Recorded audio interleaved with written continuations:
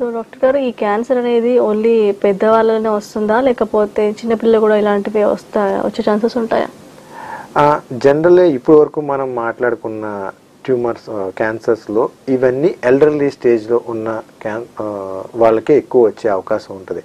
ఎందుకంటే ఈ హ్యాబిట్స్ అనేది స్మోకింగ్ కానీ, ఆల్కహాల్ కానీ, గుట్కా తినడం కానీ ఇవన్నీ ఎల్డర్స్కి వచ్చే అవకాశం ఉంటుంది.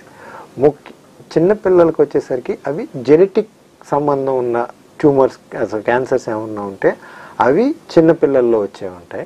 అవే కాకుండా కొన్ని టైప్ ఆఫ్ ఐ క్యాన్సర్స్ అవి కూడా చిన్నపిల్లల్లోనే ఎక్కువ వచ్చే అవకాశం ఉంటుంది రాదర్ దెన్ అడల్ట్స్ అనమాట.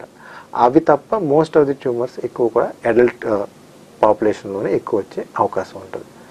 ఇవి పెద్దవాళ్ళలో వచ్చినట్లయితే ఈ క్యాన్సర్స్ అనేవి ఖచ్చితంగా మనకి క్యూర్ అవుతాయా ఇన్ కేస్ సర్జరీ చేయించుకున్న తర్వాత కూడా? జనరల్గా ఏంటంటే అండి, క్యాన్సర్ అనేది ఎప్పుడు కూడా మేము ట్రీట్మెంట్ ఇచ్చిన తర్వాత అవుట్కమ్స్ని 5 years స్పాన్లో చూడటం. అంటే 5 years సర్వైవల్ రేట్ అంటాం అనమాట. అంటే 5 సంవత్సరాలని వచ్చిన రోజు నుంచి ట్రీట్మెంట్ తీసుకున్న రోజు నుంచి 5 ఏళ్ళు అన్నట్టు ఆ టైం పీరియడ్ పెట్టుకుని మనం ప్రతిదీ ఎక్స్ప్రెస్ చేయడం అనేది జరుగుతుంది అనమాట.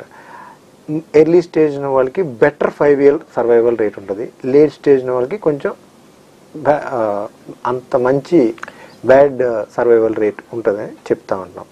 ఇది అగైన్ ఆర్గన్ స్పెసిఫిక్. అంటే నోటి క్యాన్సర్ వచ్చిన వాళ్ళకి సర్వైవల్ రేట్స్ ఒకటి ఉంటాయి, థ్రోట్ క్యాన్సర్ వచ్చిన వాళ్ళకి సర్వైవల్ రేట్స్ ఉంటాయి. ఫర్ ఎగ్జాంపుల్ థైరాయిడ్ క్యాన్సర్స్ ఉన్నాయనుకోండి, జనరల్గా అది 5 year కింద చెప్పం, ఫర్ ఎవర్ అంటే ఒక జీవిత కాలం కింద తీసుకుంటాం. ఎందుకంటే thyroid cancers are very forgiving cancers.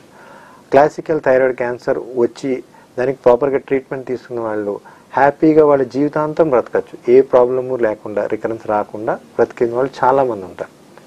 అదే యొక్క థ్రోట్ క్యాన్సర్ అలాంటివి ఉన్న వాళ్ళకి ఏంటంటే ఎర్లీ క్యాన్సర్ వచ్చిన వాళ్ళకి ట్రీట్మెంట్ పూర్తిగా తీసుకుని మళ్ళీ రికరెన్స్ వస్తుంది, కానీ అప్పుడు కూడా ట్రీట్మెంట్ తీసుకుని వాళ్ళు కూడా ఫుల్ఫిల్డ్ కంప్లీట్ లైఫ్ బ్రతికిన వాళ్ళు కూడా చాలామంది పేషెంట్స్ ఉన్నారు నా దగ్గర.